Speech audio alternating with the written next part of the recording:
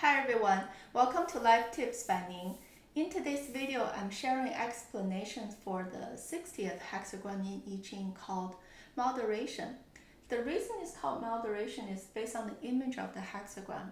The external triagram is water and the internal triagram is lake. So we have this image of water pouring over a lake. So when the lake is drying up, it's welcoming water, it needs the water, so that's the time to let it go and let it flow. However, when it's pouring too much, you might run the risk of flooding or overflowing. That's when you need to regulate the water flow. So it's almost like acting like a dam to control water. When it's time to go, open the switch, let the water flow. But when it's time to stop, then you need to limit yourself, limit your action, and kind of exercise self-discipline and control. So that's the teaching of this hexagram. It's all about acting accordingly to the right timing and take a balanced approach. Don't be extremely kind of restrictive to yourself or regulating self-limiting way too much. That will incur a lot of misery and unnecessary harm. But on the other hand, don't overindulge yourself. Don't be so extravagant that you don't understand the meaning of saving, self-limitation, and self-control. So taking that balanced approach is the teaching of this hexagram. Looking at individual lines specifically, the initial line is a yang line. This is the initial stage of moderation or limitation, right? You need to regulate yourself. Now is the time that the kind of in the initial stage, you need to be more conservative. So the time calls for conservation, risk-averse approach. So you need to know when to stay put and not take further action. That will prevent yourself from further harm. This is the right time in the beginning stage that calls for self-discipline and restrictive action. So take a retreat position rather than being so aggressive and be super action-oriented. That will prevent yourself from further blame or further misfortune. The second line, however, is saying that now is a different timing in the phase of something you're undertaking.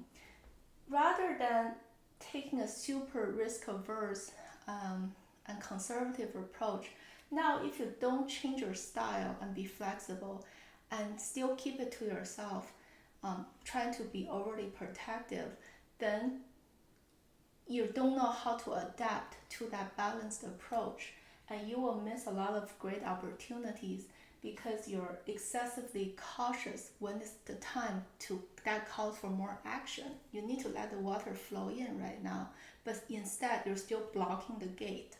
And that is the wrong approach because the time has changed compared to your beginning stage. Moving to the third line, this is the ending stage of this lake triagram. Lake also give you this joyous vibe, give you pleasure and joy, but this is at the ending stage of pleasure. It's a little going too far, it's living too big rather than exercising that moderation. Because of that overindulgence, that will bring regrets, and you have nobody else to blame but yourself. It's a very self-incurred misfortune due to your inability to exercise moderation or regulate your desires. The fourth line, this is the line that positionally is beautiful because it's a yin line in the even position. Also, it's supporting the yang line above it, and it's also corresponding to the first line in the yin and yang natural relationship. So this guy is exactly fitting its role. It's not going out of boundaries. It's following its leader's direction. Because you're able to follow the right order and totally stay within your boundaries and know your spot, you have no additional risk or challenges or hardship incurred because your willingness to adopt this moderated, balanced restriction approach, following the right trend or guideline from people above you. That way you can stay safe. Everything will go very smoothly. Moving to the fifth line, this is the king's position or the leader's role. So this is kind of the essence of what this hexagram is teaching. It's exercising extreme balanced approach of when it's time to moderate, it will do it as a leader. However, when it's time to share resources to let things flow, the leaders will let it go.